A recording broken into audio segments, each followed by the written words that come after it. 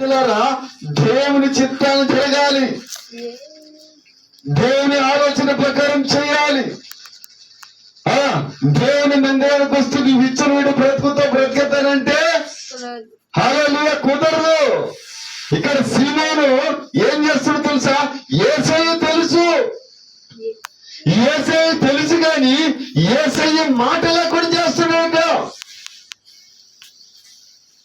యేసయ్య మాట లేకుండా నువ్వు దేవుడా వలేసి తీసి వేస్తావను తీస్తావను, ఒక్క చేప కూడా పడలేదు. ఇప్పుడు ప్రభు ఒక్క మాట సెలవిస్తే చాలండి. ఇప్పుడు ఎవరి కాడికి వచ్చాడు ప్రభు? సీమోను అని పేతురు కాడికి వచ్చాడు. ఇప్పుడు ఎవరి కాడికి వచ్చాడు? జక్కీ కాడికి వచ్చాడు. అప్పుడు ఎవరి కాడికి వచ్చాడు? అబ్రహాం కాడికి వచ్చాడు. దేవుడా నీ కాడికి వచ్చినప్పుడు నువ్వు దేవుని మాటకు లోపడకపోతే ఎలా? నువ్వు దేవుని మాటను అనుసరించకపోతే ఎలా? ఈ రోజు మందిరానికి వెళ్తాం, అమ్మా మందిరానికి రాండమ్మా నా అన్నం అనుకో. ఇప్పుడు ప్రభు మాట మనం బోధిస్తున్నాము. పాపం చేయగాకంటే చేయగాకు, అబద్ధం ఆడగాకంటే ఆడగాకు. వాక్యులు తగిలిన ప్రతి మాట నాకు తగిలింది అంటే నువ్వు చేస్తుంటే కదా నీకు తగిలేది. ఓడక తగులుతుందా? తగలవండి. తగిలి నీ హృదయం మార్చుకుంటామని దేవుడు సెలవిస్తాడు. ఇక్కడ సీమోను ఏమంటాడు తెలుసా? నా ఏలినవాడా రాత్రి అంతయు మేము ప్రయాసపడ్డాము గాని మాకేమీ దొరకలేదు. ఆయన నీ మాట చొప్పున మేము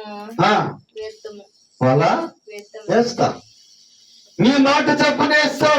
యేసయ్య మాట చెప్పునేస్తే మనకు జీవం వస్తుంది, బ్రతుకుతాము, చిగురిస్తాము. నూతన కృపతో మనం జీవించగలమండి. హల్లెలూయా హల్లెలూయా. ఇప్పుడు మనుషుల మాట మీద నువ్వు ప్రయాణిస్తున్నావు గాని ప్రభు మాట మీద నువ్వు జీవించాలి, ప్రభు మాట మీద నువ్వు ప్రయాణించాలి. ఉంటారు కొంతమంది వాక్యం తగలంలోనే చర్చికి రాకుండా మానేస్తారు. నువ్వు రాకపోతే నాకేమన్నా ఇదైపోద్దా? నీ బ్రతుకు మార్చుకోమని చెబుతున్నాం గాని, నీ బ్రతుకులో నీ కొత్త జీవితాన్ని తెచ్చుకోమని చెబుతున్నాం గాని, నువ్వు రాకపోతే నాకేమైనా బొరుగుతుందా? నీ జీవితం మార్చుకోమని చెబుతుంది. హల్లెలూయా. నా దేవుని బిడ్డలారా, ఈరోజు కొంతమంది సొంత ఆలోచనలు ప్రవర్తిస్తూ సొంత ఆలోచనలు చేస్తుంటారు. వాళ్ళేదో నన్ను పోషించినట్టుగా, నన్నేదో బ్రతికిస్తున్నట్టుగా. హల్లెలూయా.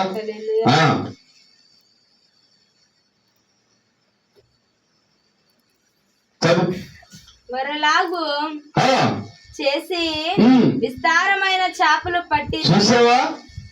మనుషుల మాట ఇంటే ఏమీ రాదండి. మనుషుల మాట ఇంటే ఏమీ రాదు. నువ్వు వాక్యాన్ని అనుసరించాలి, వాక్యంతో బ్రతకాలి, వాక్యం నీ హృదయంలో నాటుకోవాలి. ప్రతి జ్ఞాపకార్థంగా నీ వాక్యం నీ హృదయంలో నాటుకుంటే అది ఏంటంటే దినదినము నీలో చిగురిస్తా ఉంటది. హల్లెలూయా. ప్రియ నా దేవుని బిడ్డలారా, మనం ప్రభు మన కాడికి వస్తున్నాడు, వాక్యం నీ కాడికి వస్తుంది. దేవుడు ఏమంటున్నాడు? ఆదియందు వాక్యం ఉండును, వాక్యమే దేవుడై ఉండును, ఆ దేవుడే వాక్యమై ఉండును. ఇప్పుడు వాక్యమే నీ కాడికి వచ్చేటప్పుడు ఆ వాక్యాన్ని అనుసరించాలి కదా.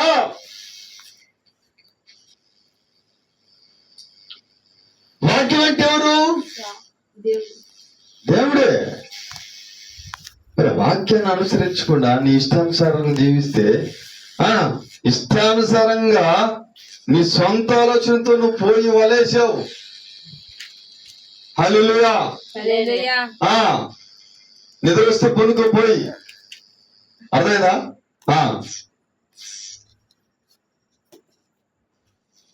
సొంత ఆలోచనలు చేసి సొంత ఆలోచనలు చేసి నువ్వు వలేసావు అనుకో, నీకు చేప కూడా దొరుకుతుంది. చేప కాదు కదా, గవపెక్క కూడా దొరకదు.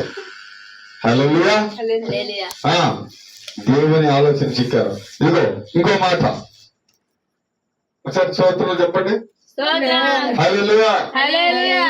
మరి అదే లోక సువార్త 7వ వచనం 12వ అధ్యాయము చదువు. 7 లోక సువార్త 7, 12, 17 దాకా చదవచ్చు. ఆయన ఆ ఊరి గావి యొద్దకు వచ్చినప్పుడు చనిపోయిన ఒక్కడు వెలుపలికి మోసుకొని పోవుచుండెను. అతని తల్లికి అతడి ఒక్కగాని ఒక కొడుకు. చాలా కుంగిపోతుంది ఆ తల్లి. కడుపు బాధ, కడుపు తీపి, భయంకరమైన బాధ. కుమారుడు తెచ్చిపోతే భయంకరమైన బాధ ఉంటుందండి. ఒక్కగాని ఒక కొడుకు. ఈ కొడుకు చనిపోయిందని ఆ తల్లి గుండెలు బాదుకుంటుంది. ఇప్పుడు ఇక్కడికి ఎవరు వచ్చారు తెలుసా? నజరేయుడైన యేసయ్య అక్కడికి వచ్చి, ఏం జరిగింది అక్కడ? ఆ ఊరి జనులు అనేకులు ఆమెతో ఉండిరి. ప్రభువు ఆమెను చూచి ఆమె యందు కనికరపడి ఏడవద్దు అని ఆమెతో చెప్పి దగ్గరకు వచ్చి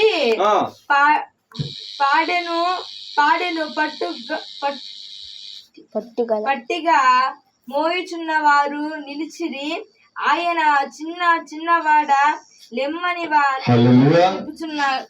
ఇప్పుడు నజరేయుడు ఎక్కడికి వచ్చాడు తెలుసా? ఆ చనిపోయిన కుర్రవాడి కాడికి వచ్చి పాడి పట్టుకొని దించు. ఇక్కడేమో చేపలు పట్టించాడు, ఇక్కడేమో రక్షణ ఇచ్చాడు. జక్కీకి రక్షణ ఇచ్చాడు, కుటుంబానికి. సీమోనికి ఏం చేశాడు? చేపలు పట్టించాడు. ఎప్పుడు పడల అంత ఘనంగా చేపలు అట్లా పట్టించాడు. ఇప్పుడు ఒక ఎదవరాలి కొడుకు కుమారుడు చనిపోతే ఆ కుమారుణ్ణి తిరిగి లేపాడు. దేవునికి మహిమ కలుగును గాక. హల్లెలూయా. మరి ఇలా అద్భుత కార్యాలు చేస్తున్న దేవుడు మరి నీ కుటుంబంలో చేయడంటారా?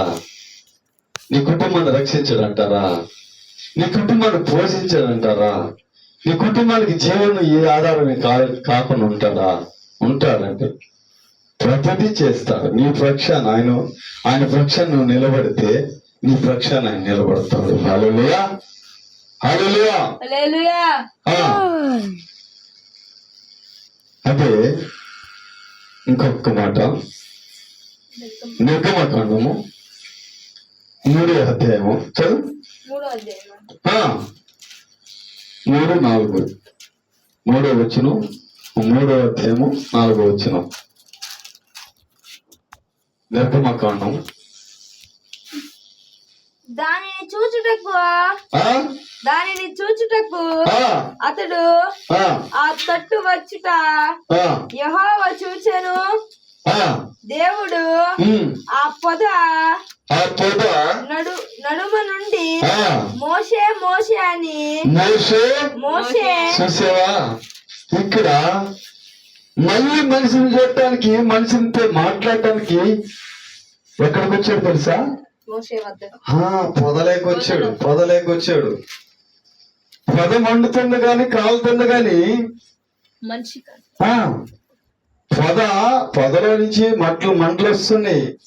చెట్టు కలిపి మండుతుంది కానీ చెట్టు కావాలా? ఏంటి వింత? ఇదేదో గొప్ప వింతాలుందని ఆ మోషే దగ్గరికి పోతే అప్పుడు అంటాడు, మోషే నువ్వు అక్కడే ఉండు. మోషే నువ్వు అక్కడే ఉండి నీ పాదరక్షకులు ఇప్పుడా ఇది పరిశుద్ధ స్థలము. ఏది పరిశుద్ధ స్థలము?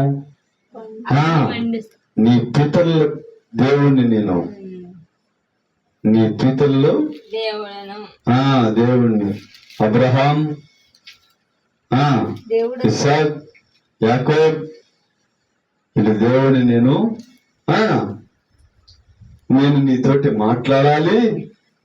ప్రియనా దేవుని బిడ్డలరా, మోషేతో మాట్లాడినవాడు, జక్కీతో మాట్లాడినవాడు, అబ్రహాంతో మాట్లాడినవాడు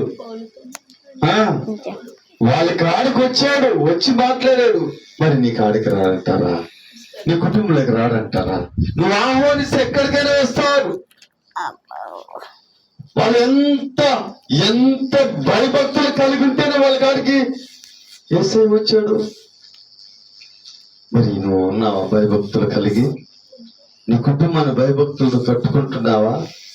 నీ కుటుంబంలో రక్షణ రావాలంటే నువ్వేం చేయాలి? ముందు దేవుణ్ణి ఆరాధించటం మొదలు పెట్టాలి. చర్చికి వచ్చి మందిరానికి వచ్చేటప్పుడు నీ కుటుంబ సభ్యులు కూడా తీసుకొచ్చుకోవాలి. ఒక్కదాని వస్తూ కుదరదండి. హల్లెలూయా.